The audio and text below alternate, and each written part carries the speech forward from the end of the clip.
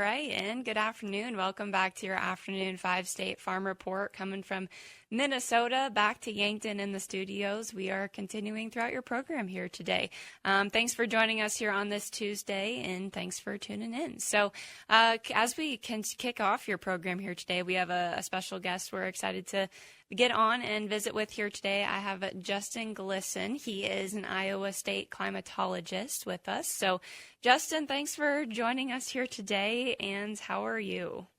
Doing well, thanks. Nice to be back with you, Danielle. Absolutely. Yeah, we're happy to have you back, and we're excited to get an update on weather in Iowa. So I guess as we, look back into June, I know we kind of had a wide range of temperatures throughout the month, and I know kind of here in our Yankton area, I think there was about 3 weeks there where it was like 90 degrees, and then it was like 70 degrees, and then it was back to 100. So it was kind of up and down. But as you look throughout the month of June in Iowa, I guess, was there any specific stats that stood out to you for that month?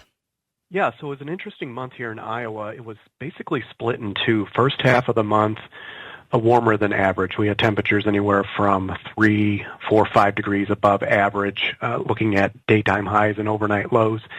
And then the second half of the month, we actually cooled down. We were below average. So overall, the statewide average temperature was only about 0.4 of a degree above average, so right near where we should be this time of year. Now, of course, as you mentioned, roller coaster of temperatures, but not as variable here in Iowa as other states in the upper Midwest. Gotcha. And I guess, just as we look into this past weekend and here, I guess, throughout what we've seen of this week so far, we've seen a lot of very warm temperatures and just very ideal for some summer activities. So maybe just kind of fill us in on some of the recent weather we have been seeing throughout these first couple weeks of July.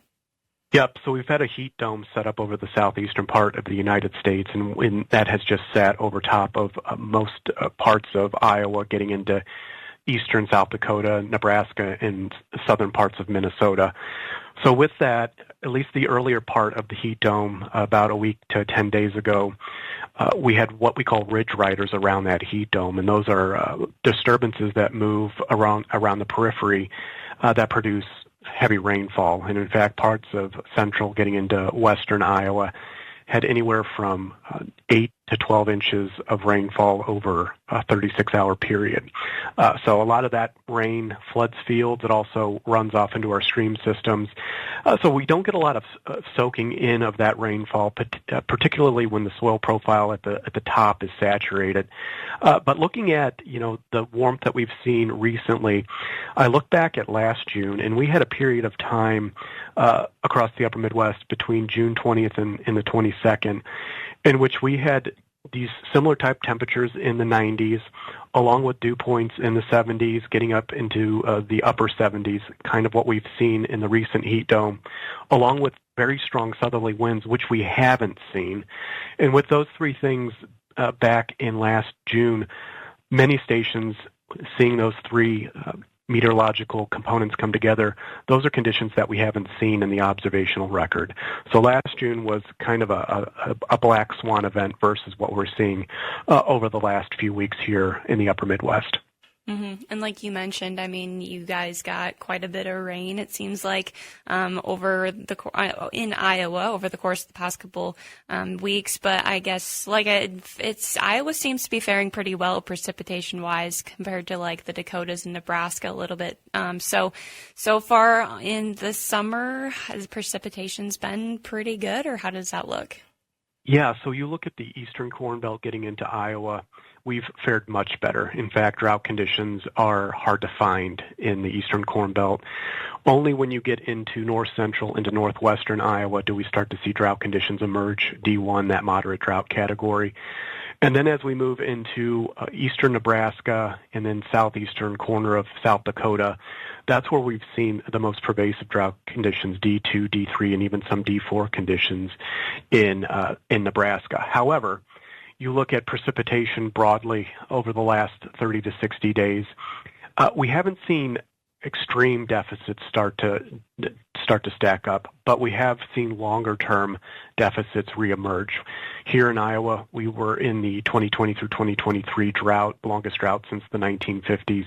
So many stations missed out on a year's worth of rainfall, particularly in western and getting into northwestern Iowa.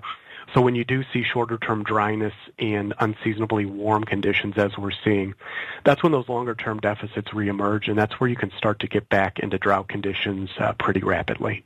Gotcha. Good to know. And I guess, with some of those rains and, it's just summer is a time for storms and stuff as well. So have you really seen any devastating storms across Iowa or just anything that would really damage crops recently? Any reports on that front? Yes, so we haven't seen widespread crop damage, thankfully, but we have seen high wind and hail reports in the northwest corner of the state. And then in northeastern Iowa, we had our first EF2 rated tornado that actually was a long-track supercell that crossed over the Mississippi River, again dispelling the notion that rivers can block tornadoes. So we have seen some sporadic crop damage from hail and high wind. We only had 13 reported tornadoes here in the state in June, and that's about average. That's about what we would expect. However, if you look at the season so far, we're about 20 to 25 tornadoes above normal. Thankfully, not widespread damage and no injuries or fatalities for those. So it's kind of been, an active tornadic season so far, but not appreciably significant on the damage side. Gotcha. Well, that's good. So I guess, as long as we keep getting some moisture and, I'm sure the crops are kind of loving this heat too. So with that, just crops are looking good so far from what you've been getting reports on. Yeah, generally, yes. Mm-hmm. Until this, this warm stretch where we're getting into pollination in corn, those temperatures over 86 degrees and not cooling down at night can have an impact on the efficiency of pollination. Luckily, you look at the greatest concern that we're seeing across the region, it is that northwest corner of Iowa and then getting into the western parts of the Corn Belt, where we do have, again, ongoing drought that has left subsoil moisture deficits and reduced water availability for our crops. We've seen with the recent heat, though, higher dew points, and those higher dew points with low-level humidity do cut down on moisture stress on corn and beans. So in areas where we do see depleted soil profiles, that's where we see more moisture stress in corn and beans. And over the next 7 days with the temperatures hanging out in the 90s, lower dew points, though, so we are cooling off some at night. That helps restabilize after a day of heat. But yes, I think it's a wait-and-see approach now with the window that we are in with pollination and what these warmer temperatures will give us. Timely rainfalls, of course, help stave off moisture stress. And looking into early next week, I think we're going to see a pattern shift back towards more normal rainfall potential and then cooler temperatures also. Gotcha. Well, we will have to see what next week brings, and hopefully we are a little cooler and we get some rain, so that would be nice. But I guess as we kind of wrap up the interview here today, anything you guys are working on there at the Iowa Department of Ag or anything kind of upcoming this summer that we should maybe keep on our radar? Well, we're getting ready for the Iowa State Fair in August. That always comes up rapidly as we move through summer. In terms of the climatological work that I'm doing here, working with the state climatologists in South Dakota and Minnesota on drought concerns. Also, here at the department, we're convening the Iowa drought team to look at flash drought indicators, more short-term drought intensification and expansion. We're kind of getting a better idea of how those key components come together across the upper Midwest and helping us produce a better drought information tool for our farmers and producers. Gotcha. All right. Well, Justin, did I miss anything or anything to wrap up on, or just kind of a message to send out there to our listeners? Yeah, definitely look at those drought conditions that you're seeing out there on your own farms and in production areas. And if you're not seeing a reflection on the U.S. Drought Monitor depiction, please send those observations to the South Dakota State Climatologist, Laura Edwards. send them to your National Weather Service office up in Sioux Falls. Over here in Iowa, you can send me your observations as well. And we get those observations and that data to the U.S. Drought Monitor author each week, so we have a better depiction, since crop indemnity insurance and federal and state monies rely on those categories and the best representation of that map. Absolutely. Well, that's very good to know. So, Justin, thank you for joining us here today. It's always a pleasure to have you on and visit with you. So, again, thank you and have a great rest of your day.